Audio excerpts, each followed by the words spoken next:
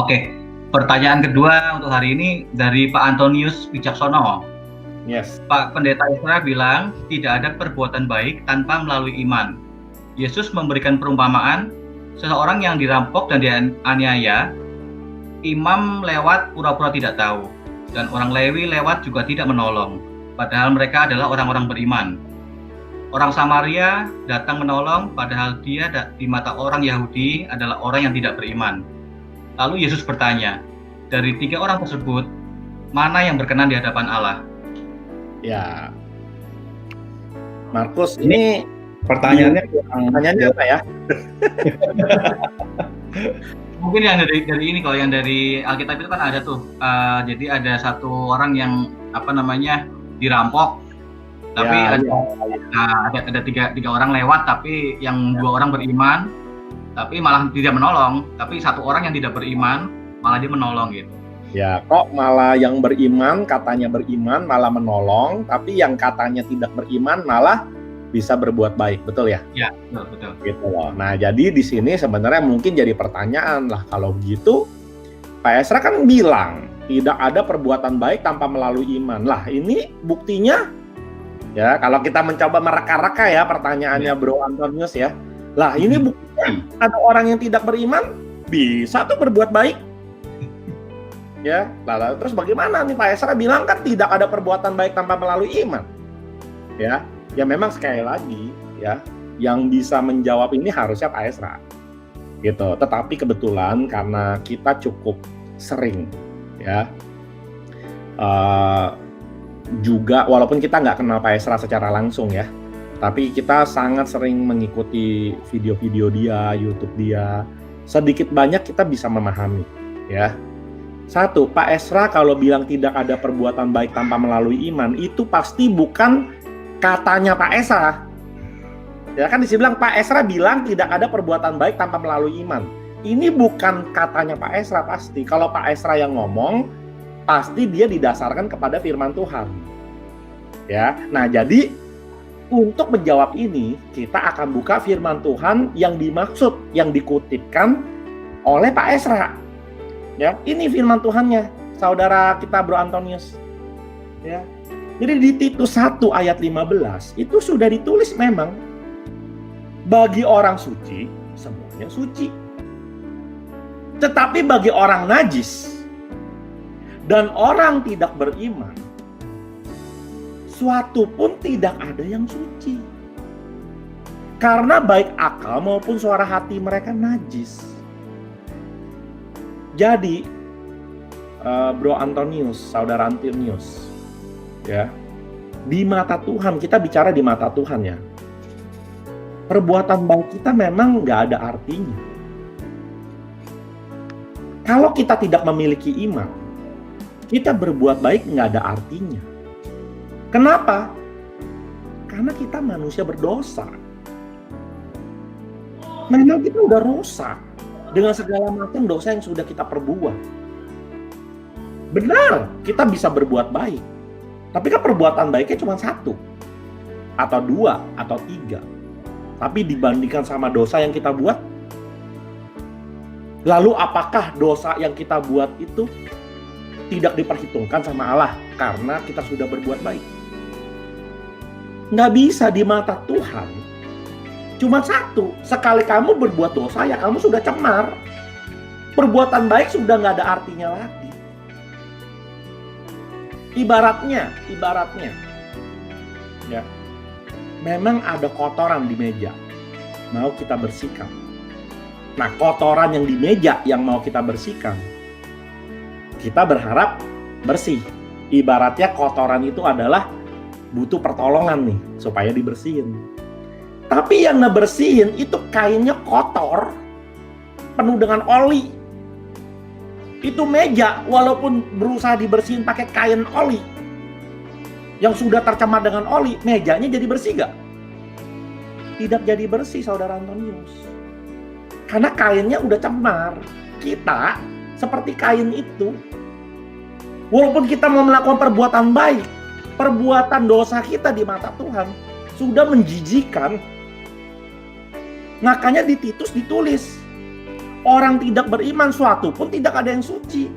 Walaupun dia berbuat baik, tetap tidak ada yang suci. Itu yang dimaksud.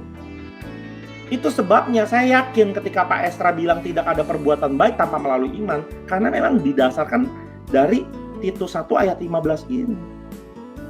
Ya. Dan kalau kita lihat lagi, ya, bahkan bukan cuma di Titus 1 ayat 15, coba kita lihat di Roma 3 ayat 27. Jika demikian, apakah dasarnya untuk bermegah? Tidak ada. Berdasarkan perbuatan, nah ini kan yang kita bilang perbuatan baik kan? Di Roma ditulis tidak. Cuma disebut aja melainkan berdasarkan iman. Jadi memang tidak ada perbuatan baik tanpa melalui iman. Ya. Kita lihat lagi berikutnya. Efesus 2 ayat 8-9. Sebab karena kasih karunia kamu diselamatkan oleh iman. Balik lagi, iman lagi. Itu bukan hasil usahamu, tetapi pemberian Allah. Itu bukan hasil pekerjaanmu. Jadi nggak ada urusan sama hasil usaha. Hasil usaha itu kan artinya perbuatan baik. Atau dibilang hasil pekerjaan, itu perbuatan baik. Nggak ada urusan. Ya, semata-mata iman. Ya, terakhir satu ayat lagi, Galatia 3 ayat 11. Dan bahwa tidak ada orang, ya, dibenarkan di hadapan Allah karena melakukan hukum Taurat. Nah, Bro Antonius, kita tahu bersama ya, hukum Taurat itu begitu banyak peraturan supaya ngejaga orang melakukan perbuatan baik. Begitu banyak aturan. Dan aturannya sangat berat kalau kita baca di Perjanjian Lama. Ya. Sulit sekali seorang manusia benar-benar bisa mengikuti hukum Taurat tersebut. Tetapi bahkan di sini dikatakan di Galatia, tidak ada orang yang dibenarkan. Sudah melakukan hukum Taurat tetap tidak dibenarkan. Ya. Adalah jelas karena orang yang benar akan hidup oleh iman. Ya. Jadi balik lagi, tidak ada perbuatan baik tanpa melalui iman. Ya. Kalau dilihat dari kitabnya, ayatnya sudah menyatakan demikian, ya kita orang Kristen, ya percaya. Kalau kita nggak percaya kitab yang udah tulis itu, ya namanya kita bukan Kristen. Alkitab kan adalah firman Tuhan yang kita percayai. Dan memang sudah ditulis. Gitu. Jadi ini bukan Pak Esra bilang, Alkitab yang menyatakan. Gitu. Ya. Tapi memang jadi pertanyaan nih, ya. Pertanyaannya belum beres. Lah, imam, orang Lewi, bukankah mereka orang beriman? Tunggu dulu. Ya, hati-hati, ya. Di sini karena kita melihat dia imam, orang Lewi. Kalau imam itu kan berarti melayani di dalam bait Allah. Orang Lewi itu kan suku bangsa, ya, dari keturunan, salah satu keturunannya Yakub, ya, yang diperuntukkan hanya untuk melayani Tuhan, ya, tidak melakukan kegiatan yang lain. Berarti dia orang beriman dong. Tunggu dulu, ya, karena orang beriman tidak mungkin tidak menghasilkan perbuatan baik. Ya, tidak mungkin. Ya, kita akan lanjut ke berikutnya. Ya. Nah, kita lihat dulu. Ya. Ini Kita pelajari dulu dari sini. Kita lihat dulu di Roma 10 ayat 17. Ya. Roma 10 ayat 17 menyatakan begini. Jadi, iman timbul dari pendengaran. Dan pendengaran oleh firman Kristus. Ya. Berarti asal mulanya firman Kristus dulu. Firman Kristus itu adalah sebuah kebenaran. Oke ya. Nah, waktu kita mendengar firman Tuhan, waktu kita membaca Alkitab, ya. Roma 10 ayat 17 bilang, iman timbul dari pendengaran. Oke ya. Dari pendengaran akan apa? Akan firman Kristus. Jadi dari firman Kristus yang merupakan sumber kebenaran, mendengar, baca Alkitab, ya. Lalu dengan pekerjaan Roh Kudus, ya, akan muncul yang namanya pemahaman, mengerti. kita baca Alkitab berkali-kali, kalau Roh Kudus tidak bekerja, nggak bakalan mengerti. Kita hanya bisa paham, bisa mengerti, hanya karena pekerjaan Roh Kudus. Mengerti untuk apa? Apa yang dipahami? Ujungnya adalah menimbulkan iman. Iman kepada siapa? Udah pasti kepada Yesus. 1 Korintus 12 ayat 3. Karena itu aku mau meyakinkan kamu bahwa tidak ada seorang pun yang berkata-kata oleh Roh Allah dapat berkata terkutuk Yesus. Dan tidak ada seorang pun yang dapat mengakui Yesus adalah Tuhan selain oleh Roh Kudus. Jadi pekerjaan Roh Kudus lah yang membuat kita akhirnya paham, mengerti, dan memiliki iman kepada Yesus. Itu sebabnya kenapa dari tadi di 4 ayat yang sebelumnya selalu ditekankan terlebih dahulu bicara soal iman. Bukan soal perbuatan baik dulu. Bahas dulu soal iman. Karena iman itu yang mendatangkan kita kepada Yesus. Iman itu yang membuat kita percaya kepada Yesus. Yang ujung-ujungnya apa? Menyerahkan dosa kita untuk ditebus. Ya. Dengan dosa kita ditebus, maka kita yang tadinya kain kotor, penuh dengan oli, benar-benar bersih. Ya. Benar-benar putih seperti salju. Udah nggak ada lagi kain olinya, kainnya bersih. Karena dosa kita sudah ditebus oleh Tuhan Yesus. Dari situlah baru kain yang bersih ini bisa dipakai buat bersihin meja. Jadi percuma kita mau bersihin meja, mau melakukan perbuatan baik kalau kainnya masih kotor. Jadi langkahnya harus dimulai dengan iman terlebih dahulu. Supaya dosa kita ditebus dulu, supaya kita tidak berdosa lagi di hadapan Allah. Ya, ditebus dosa kita. Baru dari sana kita akan bicara soal perbuatan baik. Ya, jadi jangan dibalik, jangan berbuat baik dulu. Jangan urusan bersihin meja dulu sementara kainnya masih kotor. Bersihin dulu kainnya, baru bersihin mejanya. Ya, karena kalau dilihat dari sini dengan ada pekerjaan Roh Kudus, ya. Tadi sebelum kita itu ya. Jadi waktu kita bicara iman kepada Yesus dan akhirnya membawa kepada keselamatan. Ya, Efesus 2 ayat 8. Sebab karena kasih karunia kamu diselamatkan oleh iman. Ya. Itu bukan hasil usaha, jadi bukan masalah perbuatan baik, tetapi pemberian dari Allah. Allah yang memberikan kepada kita. Jadi keselamatan itu di tangan kita. Ya, oleh karena apa? Karena pemberian dari Allah. Dengan cara beriman kepada Tuhan Yesus. Ya, itu diberesin dulu. Setelah beres, baru kita bahas. Karena di dalam diri kita ada pekerjaan Roh Kudus, berarti Roh Kudusnya di dalam diri kita. Ya, Roh Kudus bagaimana bisa bekerja kalau Roh Kudusnya tidak di dalam diri kita? Ya, Roh Kudus ada di dalam diri kita melakukan pekerjaan. Ya, dan seharusnya Roh Kudus yang ada di dalam orang yang beriman. Ya, ditulis di Efesus 1 ayat 13 itu. Di dalam Dia kamu juga karena kamu telah mendengar firman kebenaran, yaitu Injil keselamatan. Di dalam Dia kamu juga ketika kamu percaya dimateraikan dengan Roh Kudus. Jadi di dalam diri kita ada Roh Kudus. Orang yang beriman kepada Yesus tidak mungkin di dalamnya nggak ada Roh Kudus.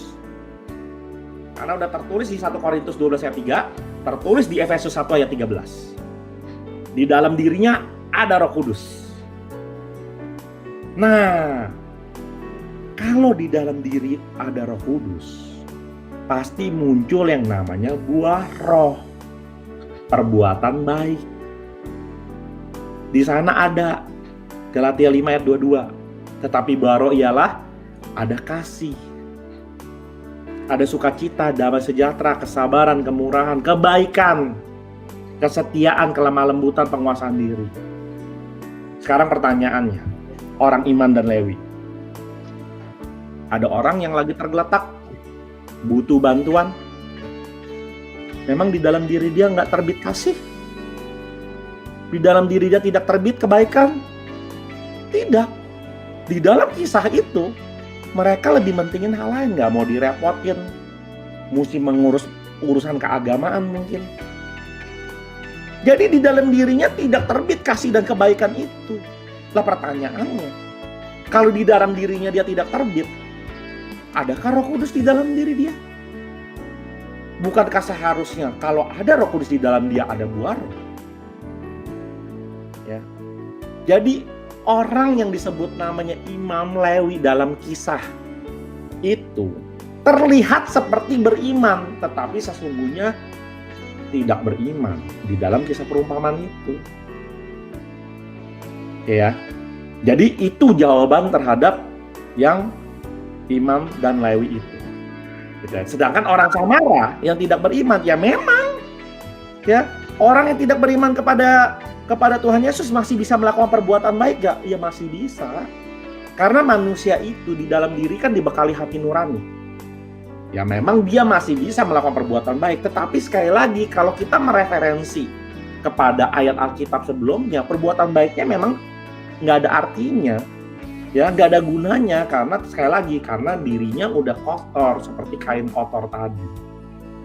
Ya itu kira-kira yang saya bisa bantu jelaskan. Markus, ada yang mau ditambahkan?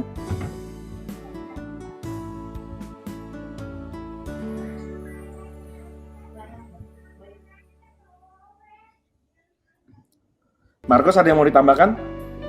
Ya, ini udah cukup lengkap ya, sangat lengkap malah. Banget ya. Ya, Lukas ada yang bingung? Enggak, yuk. Detail banget ini kok, udah jelas banget kok. Jelas ya. Jadi kita sebagai orang Kristen ya, utamakan ya, pastikan kita memiliki iman.